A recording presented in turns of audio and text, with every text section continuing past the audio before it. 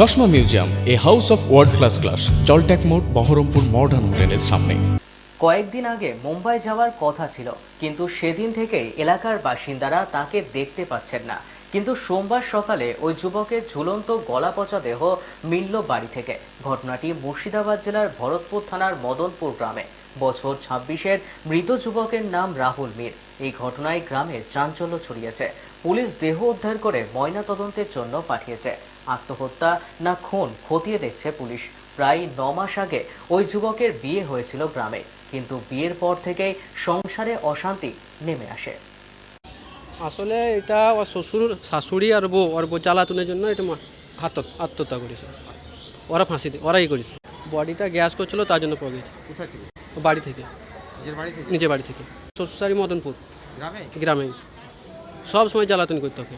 কী বিষয় অতটাও বলেনি, কিন্তু আমাকে বলছিল হওয়ার সময় যখনই ফোন করছে তখনই বাড়ি থেকে গাল দিচ্ছে, আয় করছে। ওরা ঝুলিয়ে দিচ্ছে, তারপরে করে ছেলে মেয়ে নেই। এতে বিয়ে হলো কতদিন? মদনপুর ত্যাগপাড়া। আপনার নাম? বিশাল ইসলাম। আপনার বাড়ি মদনপুর। কে হয় আপনার? আমার ভাই হয়।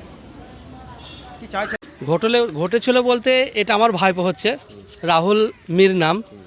আমি হঠাৎ সকাল 8টা সাড়ে 8টা নাগাদ জানতে পারি যে একজন এসে আমাকে বলে যে তোমার ভাইপো আজকে 4-5 দিন ধরে মনে হয় গলায় দড়ি দিয়ে পড়েছিল বাড়িতে, তার লাশ পচে গেছে।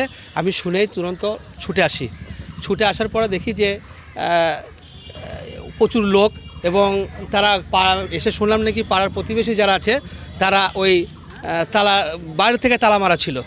বাইরে থেকে তালা মারে এখন কীভাবে কী হয়েছে আমাদের এটা জানা নাই। তবে বাইরে থেকে তালা মারা ছিল, পাড়ার লোক গন্ধর সঙ্গে তালা ভেঙে তাকে দেখে যে তার লাশটা ঝুলন্ত অবস্থায় আছে, মাটিতে পা ঠেকে আছে।